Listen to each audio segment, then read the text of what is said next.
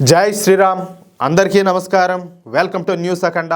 నేను మీ కస్తూరి శ్రీధర్. మిత్రులారా, వక్ఫ్ బోర్డుకు సంబంధించినటువంటి మీకందరికీ సంతోషాన్ని కలిగించే ఒక మంచి అద్భుతమైన వార్తను అయితే తీసుకొచ్చిన. ఈ న్యూస్ చూడండి ఒకసారి, సూపర్గా ఉంటుంది. ఓకేనా మిత్రులారా, ఈ న్యూస్ చెప్పబోయే ముందు మీకందరికి కూడా ఒక చిన్న విన్నపం. దేశం కోసం, ధర్మం కోసం చేసే పని చెప్పాలంటే దైవ కార్యంతో సమానం, అవునా కదా? దేశానికి, ధర్మానికి ఉపయోగపడినటువంటి దేహమైనా సరే, అది డబ్బైనా సరే, ఎంత ఉన్నా కూడా ప్రయోజనం లే. ప్రతి నెల కూడా మన ఛానల్ యొక్క నిర్వహణకు, అదేవిధంగా మన ఛానల్ను మరింత బలోపేతం చేసుకోవడానికి ఎంత ప్రాధాన్యపడినా కూడా 1,00,000 మందిలో కనీసం 10 మందో 20 మందో తప్ప మిగతా వాళ్ళు ఎంత మాత్రం కూడా స్పందించడం లే. ఒకవైపు నెలంతా కూడా చేసేటటువంటి శ్రమ, మరోవైపు నెల వచ్చేసరికి ఆ ఆర్థిక కష్టాలన్నీ కూడా, వీటిని తట్టుకుంటా ఛానల్ను ముందుకు నడపాలంటే తలపానం తోకొస్తుంది. నా బాధను, ఆవేదనను అర్థం చేసుకుంటారని చెప్పేసి ఆశిస్తున్నా. కనీసం నెలలో ఒక్కసారి, అది ఎంత చిన్న మొత్తమైనా సరే మన ఛానల్కు ఆర్థిక సహకారం అందించాలని చెప్పేసి ఈ వీడియో చూస్తున్న ప్రతి ఒక్కరిని కూడా కోరుతున్నా. దయచేసి ప్రతి ఒక్కరు కూడా పెద్ద మనసుతో సహకరించండి. అందుకు కూడా మీకు మనసు రాకపోతే ఇంకా మా కర్మ అనుకోవాల్సిందే, అంతే, అంతకు మించి ఇంకేం లేదు. ఈ స్క్రీన్ మీద QR కోడ్ ఉంటుంది, దాన్ని స్కాన్ చేసినా మీరు డబ్బులు పంపొచ్చు. అలాగే కింద వచ్చేసి గూగుల్ పే, అలాగే పేటిఎం నెంబర్ ఉంటుంది, దాని ద్వారా అయినా డబ్బులు పంపొచ్చు. అలాగే కింద కామెంట్ బాక్స్లో అకౌంట్ డీటెయిల్స్ ఇస్తా, అలా అయినా పంపొచ్చు. ఒకవేళ మీకు డబ్బులు పంపడంలో ఏదైనా అసౌకర్యం కలిగితే అదే నెంబర్కు నాకు వాట్సాప్ ఉంటుంది. ఒకసారి నాకు వాట్సాప్లో మెసేజ్ చేశారంటే మీకు దానికి సంబంధించిన నెంబర్ నేను మీకు మెసేజ్ చేస్తాను. ఒకవేళ మీరు కాల్ చేసినప్పుడు నేను సమాధానం ఇవ్వలేకపోయినా మీరు వాట్సాప్లో చేసేటటువంటి మెసేజ్కు తప్పనిసరిగా రిప్లై అయితే ఇస్తాను. దయచేసి ప్రతి ఒక్కరు కూడా సహకరిస్తారని చెప్పి ఆశిస్తున్నాం. సరే, ఇక న్యూస్ విషయానికి వస్తే, వక్ఫ్ బోర్డు అనేది ముస్లింల చట్టం ప్రకారం మతపరమైన స్వచ్ఛంద ప్రయోజనాల కోసం, అంటే ఎవరి కోసం? ముస్లిం సామాజిక వర్గం కోసం అంకితం చేయబడినటువంటి ఆస్తులను, అంటే వక్ఫ్ ఆస్తులను నిర్వహించేటటువంటి చట్టబద్ధమైనటువంటి సంస్థ అన్నమాట. దీన్ని చట్టబద్ధం చేసింది ఈ కాంగ్రెస్ పార్టీనే. ఇకపోతే ఈ వక్ఫ్ బోర్డు మసీదులు, పాఠశాలలు, ఆసుపత్రులు వంటి సంస్థలన్నింటినీ కూడా పర్యవేక్షిస్తుంది. ఇదంతా కూడా ఈ ముస్లింలకు సంబంధించినవి. అక్కడ పోయి మేము ఎవరైనా హిందువులు ఉండి మేము పోయి చదువుకుంటామంటే కుదరదు. అలాగే క్రిస్టియన్లు వచ్చేసి మేము చదువుకుంటాం, మేము అది చేస్తాం అంటే కుదరదు. కేవలం అదేంటంటే వాళ్ళకి మాత్రమే పరిమితం అనమాట. ఇప్పుడు సపోజ్ వచ్చేసి టీటీడీ ఉన్నది. టీటీడీలో హుండీ ఆదాయం ద్వారా ఇప్పుడు మామూలుగా కాలేజీలు నడుపుతుంది, హాస్పిటల్స్ నడుపుతుంది, ఎన్నో చేస్తుంది. వాటికన్నిటికీ నువ్వు ఏ కులం, ఏ మతం అని చెప్పి చూడరు. ఎవరు పోయినా కూడా చదువుకోవచ్చు, ఎవరైనా కూడా ట్రీట్మెంట్ చేయించుకోవచ్చు. ఆ విధంగా ఉంటుంది. కానీ ఇక్కడ అట్లా ఉండదన్నమాట. పరిస్థితి అంతా కూడా భిన్నంగా ఉంటుంది. అలాగే ఈ వక్ఫ్ సంబంధించినటువంటి భూములను రక్షిస్తూ ఉంటుంది. దీంతో పాటుగా ఈ తెలంగాణ వంటి రాష్ట్రాల్లో ముస్లింల వివాహాల వంటి విషయాల్లో కూడా సహాయపడుతూ ఉంటుంది. అర్థమవుతుందా?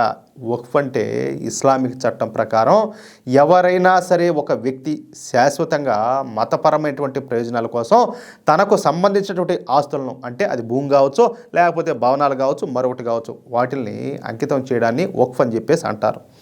ఈ వక్ఫ్ ఆస్తులను రక్షించడం, వాటిల్ని దుర్వినియోగం కాకుండా చూడటం ఈ వక్ఫ్ బోర్డుల పని అన్నమాట. ఈ వక్ఫ్ ఆస్తుల నుంచి వచ్చేటటువంటి ఆదాయాన్ని తమ మత ప్రయోజనాల కోసం ఉపయోగించడం, సంబంధిత వివాదాలను పరిష్కరించడానికి కేంద్రాలను అయితే ఏర్పాటు చేయడం, అలాగే వక్ఫ్ చట్టం 1995 వంటి చట్టాలను అమలు చేయడం వంటివి ఈ వక్ఫ్ బోర్డులు నిర్వహిస్తాయన్నమాట. ఈ చట్టం ఒక్క జమ్మూ కాశ్మీర్ రాష్ట్రం తప్ప మొత్తం భారతదేశానికి అంతటి కూడా విస్తరించింది. మీరు అనుకోవచ్చు, ఏ జమ్మూ కాశ్మీర్ ఏమని చెప్పేసి.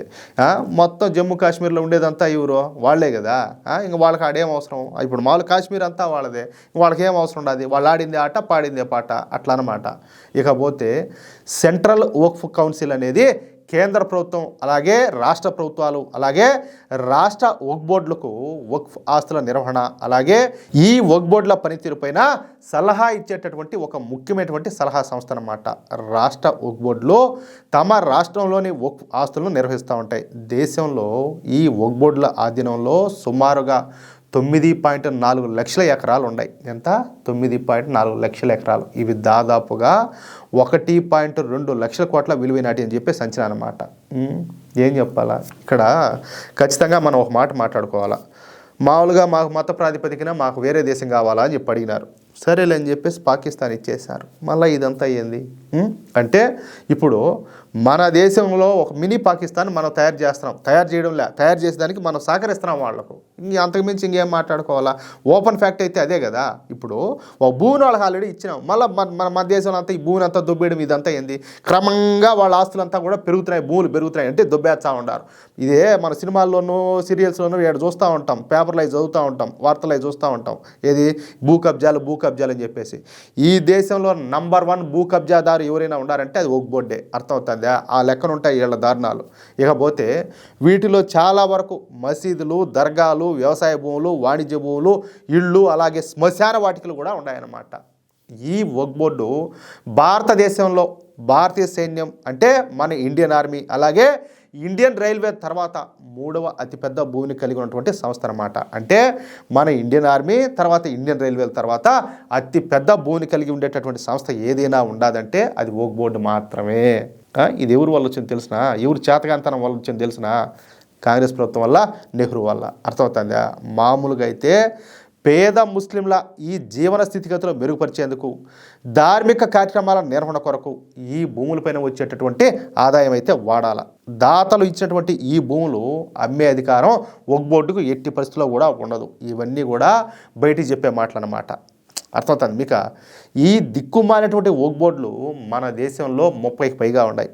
ప్రతి వక్ఫ్ బోర్డు కూడా 1000 ఎకరాల భూమిని అక్రమంగా స్వాధీనం చేసుకొని ఆ వచ్చినటువంటి డబ్బును తీవ్రవాద కార్యకలాపాలకు, దేశ వ్యతిరేక కార్యకలాపాలకు, జిహాదీ యాక్టివిటీస్కు ఉపయోగిస్తున్నారు.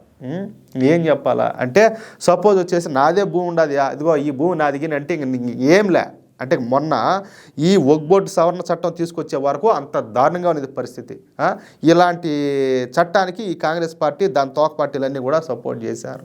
ఏం మాట్లాడాలా? అసలు ఈ వక్ఫ్ బోర్డు ఆస్తుల సంఖ్య లక్షల్లో ఉండాలి. అంటే ఈ వక్ఫ్ బోర్డు ఆస్తుల విలువ కాదు. ఇప్పుడు సపోజ్ వచ్చేసి ఇదిగో తిరుపతిలో ఒకటి, కడపలో ఒకటి, కర్నూలులో ఒకటి, అట్లా ఆ విధంగా ఈ వక్ఫ్ బోర్డుల దగ్గర ఉన్నటువంటి ఆస్తులను అమ్మితే వచ్చేటటువంటి సొమ్ము మన జాతీయ ఆదాయం కంటే ఎక్కువగా ఉంటుంది. అంత సంపదను ఈ వక్ఫ్ బోర్డులు పోగేసినాయి. దీనికి అంతటికి కూడా కారణం కాంగ్రెస్ ప్రభుత్వం అన్న విషయం మీకు అందరికి కూడా తెలిసిందే. ఎవరైనా సరే వక్ఫ్ బోర్డుకు సంబంధించిన వాడు మీ ఇంటికి వచ్చి ఇది వక్ఫ్ ఆస్తి అని చెప్తే ఇక అది వక్ఫ్ బోర్డుకు చెందింది అయిపోతుంది అన్నమాట. ఇక మీరు కాళ్ళ వేళ బండి మీరు వాళ్ళ గడ్డం పట్టుకున్నా, ఇంకేమన్నా పట్టుకున్నా ఉపయోగం అయితే ఉండదు. చివరకు కోర్టులు కూడా మిమ్మల్ని పట్టించుకోవు. ఎందుకంటే కోర్టులు కూడా వీళ్ళను రూల్ చేసే అవకాశం, ఆ అర్హత లేకుండా చేసింది కాంగ్రెస్ ప్రభుత్వం. అంటే ఎవరైతే మింగేసినారో, ఎవరైతే నీ భూమిని, నీ ఆస్తులు దొబ్బేశారో వాళ్ళు దయదలిసి నీకు ఇస్తేనే, లేకపోతే సుప్రీంకోర్టు కూడా ఏం చేయలేదన్నమాట. ఆ విధంగా ఉన్నది వాళ్ళ కథ. అలాంటిది ఇప్పుడు మోడీ గారు ఈ వక్ఫ్ బోర్డు సవరణ చట్టాన్ని తీసుకొచ్చి ఇప్పుడు దాని నుంచి మనం విముక్తి అయితే కల్పించాడు. అయితే ఈ మధ్యనే ఈ వక్ఫ్ బోర్డుల గురించి ఒక భయంకరమైనటువంటి నిజం ఒకటి వెలుగు లేకొచ్చింది. అదేందయ్యా అంటే, ఈ వక్ఫ్ బోర్డులు ఏదైనా అంశం పైన హైకోర్టుకు కానీ, సుప్రీంకోర్టుకు కానీ వెళ్ళినట్టయితే ఆ వక్ఫ్ బోర్డులు కోర్టులకు కనీసం ఫీజులు కూడా కట్టాల్సిన అవసరం లేదంట. ఏమి లాయన్ గారి కోర్టుల, హైకోర్టు, సుప్రీంకోర్టు అయ్యా.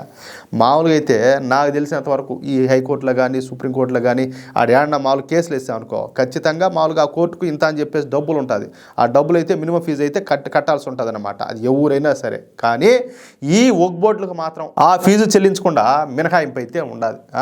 ఆల్రెడీ దొబ్బేసేది టీని కూడా దొబ్బేస్తున్నారు. మళ్ళీ కోర్టులకు పోయినా కూడా వాళ్ళ ఫీజులు లేవంట. ఎందుకురా దారాదత్తం చేయండి రా స్వామి, వాళ్ళకి దేశాన్ని దారాదత్తం చేయండి నాయన.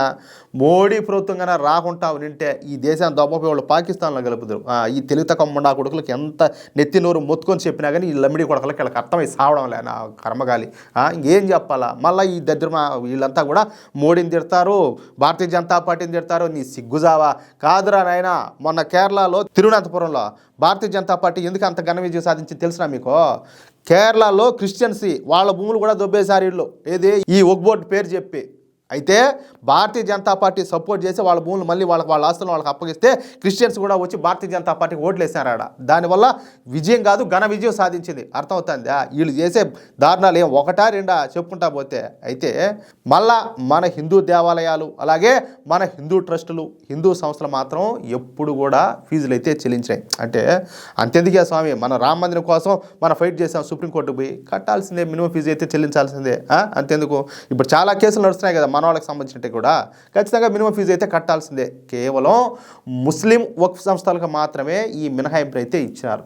ఇక ఈ విషయాన్ని ఈ మధ్యనే కనిపెట్టినటువంటి గుజరాత్ బీజేపీ ప్రభుత్వం వెంటనే ఈ విషయాన్ని హైకోర్టులో ఛాలెంజ్ చేసింది. చూడండి, మనది సెక్యులర్ దేశం కాబట్టి, అంటే సెక్యులర్ దేశం అంటే అన్ని మతాలు సమానమే, చట్టాలు ఎవరికి చుట్టాలుగా ఉండకూడదు, చట్టం అందరికీ సమానమే, రాజ్యాంగం అందరికీ సమానమే అనేది ఒకటి ఉన్నది కదా. ఎందుకంటే సెక్యులర్ అని చెప్పి ఒకటి పెట్టారు కదా, అవునా కదా? కాబట్టి అన్ని మతాలకు సమానంగా చట్టాలు సౌకర్యాలు అయితే ఉండాలి. కానీ ఒక్క వక్ఫ్ బోర్డులకే ఎందుకో కోర్టు ఫీజు మినహాయింపులు ఇచ్చినారంటూ గుజరాత్ బీజేపీ ప్రభుత్వం నేరుగా ఈ విషయాన్ని హైకోర్టులో సవాల్ చేసింది.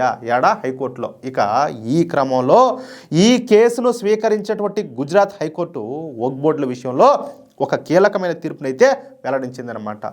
కోర్టు ఫీజు చెల్లించకుండా వక్ఫ్ బోర్డు ఇకపైన కేసులు దాఖలు చేయరాదని చెప్పేసి ఒక కీలకమైనటువంటి తీర్పునైతే ఇచ్చింది.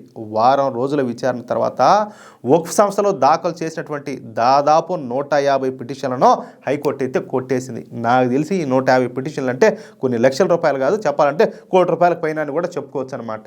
దీంతో చాలా కాలంగా ఉన్నటువంటి ఓ సాంప్రదాయానికి ఇప్పుడైతే ముగింపు పలికినట్టయిందనమాట. వక్ఫ్ బోర్డు దాఖలు చేసినటువంటి 150 పిటిషన్లు కొట్టేస్తా గుజరాత్ హైకోర్టు న్యాయమూర్తి అయినటువంటి జస్టిస్ జేసీ దోషి గారు ఈ నిర్ణయం అయితే తీసుకున్నారు. అంతేకాకుండా ఇరు పక్షాల మధ్యన వివాదంలో ఉన్నటువంటి వక్ఫ్ ట్రస్టులు ట్రిబ్యునల్ ముందు ఉపశమనం కోరినాయని, వాళ్ళ హక్కులు అదేవిధంగా బాధ్యతలను చట్టబద్ధంగా నిర్ణయించాల్సిన అవసరం ఉందని చెప్పేసి హైకోర్టు అయితే స్పష్టం చేసింది. కాబట్టి ఈ కేసులు సాధారణమైనటువంటి దరఖాస్తులు కావని, పూర్తి వివాదానికి సంబంధించినటువంటి వాద్యం లాంటివని వక్ఫ్ చట్టంలోని సెక్షన్ 83 కింద దాఖలు చేసినటువంటి దరఖాస్తులు న్యాయపరమైనటువంటి ప్రక్రియ కిందకే వస్తాయని చెప్పేసి కోర్టు అయితే తేల్చిపారేసింది. దీంతో వక్ఫ్ బోర్డులకు గట్టి ఎదురు దెబ్బ అయితే తగిలినట్టయిందనమాట. ఇన్నాళ్ళు కూడా అన్ని రకాలుగా మన దేశాన్ని, మన హిందువులను పీక్కుతున్నటువంటి ఈ వక్ఫ్ బోర్డులు ఇప్పుడు కూరలు పీకేసిన పాముల్లాగా తయారైపోయినాయి. ఎన్ని దారుణాలు తెలిసిన వీళ్ళు చేసింది. ఏకంగా గుళ్ళు కాదు, ఊళ్ళే మింగిపారదొబ్బినారు. అంటే ఒక ఊరంటే ఆ ఊర్లో బడి ఉంటుంది, గుడి ఉంటుంది, ప్రజలు ఉంటారు, వాళ్ళ ఇళ్ళు ఉంటాయి, వాళ్ళ ఆస్తులు ఉంటాయి, పొలాలు ఉంటాయి, అన్నీ ఉంటాయి. మొత్తం ఊళ్ళే దిగమింగిపారదొబ్బిన సంఘటనలు చాలానే ఉన్నాయి మన దేశంలో. ఏం 1-2 కాదు. ఓయా స్వామి, కనీసం ఈ ఇస్లాం మతం పుట్టక ముందు ఉండే గుళ్ళు కూడా ఉన్నాయి. అంటే కొన్ని వేల సంవత్సరాల నాటి అలాంటి గుడులు కూడా మా ఊకు పరిధిలోకి వస్తాయని చెప్పేసి వాటిని కూడా కబ్జా చేశారు. ఏమి చెప్పాలా అంటే ఈ లెక్క ప్రకారం మనం చూసి చూడనట్టుంటే మన దేశాన్ని ఇలా ఆక్రమించేసుకుందరు మెల్లమెల్లగా. అర్థమవుతుందా? నాయన మహానుభావుడు మోడీ గారు, ఆయన పుణ్యమా అని చెప్పేసి ఇప్పుడు దీన్ని సవరణ తీసుకొచ్చి మనకు కొంతవరకు అయితే ఉపశమనం అయితే కలిగించారు. కానీ నాకు తెలిసినంత వరకు ఈ వక్ఫ్ బోర్డు అనేది లేకుండా పోతే పీడ విరగడైపోతుంది. అది నా అభిప్రాయం అయితే. మిత్రులారా, ఈ న్యూస్ కనుక మీకు నచ్చినట్లయితే ఖచ్చితంగా ఈ న్యూస్ నలుగురికి షేర్ చేయండి. అలాగే ప్రతి ఒక్కరూ కూడా మీ యొక్క అమూల్యమైనటువంటి అభిప్రాయాలను తప్పనిసరిగా కామెంట్ రూపంలో తెలియజేయండి. ఇంకో విషయం ఏంటంటే, ఇంతవరకు మీరు కనుక మన ఛానల్ను సబ్స్క్రైబ్ చేసుకున్నట్లయితే ప్రతి ఒక్కరు కూడా మన ఛానల్ను సబ్స్క్రైబ్ చేసుకోండి, సపోర్ట్ చేయండి ప్లీజ్. జై శ్రీరామ్, జై హింద్.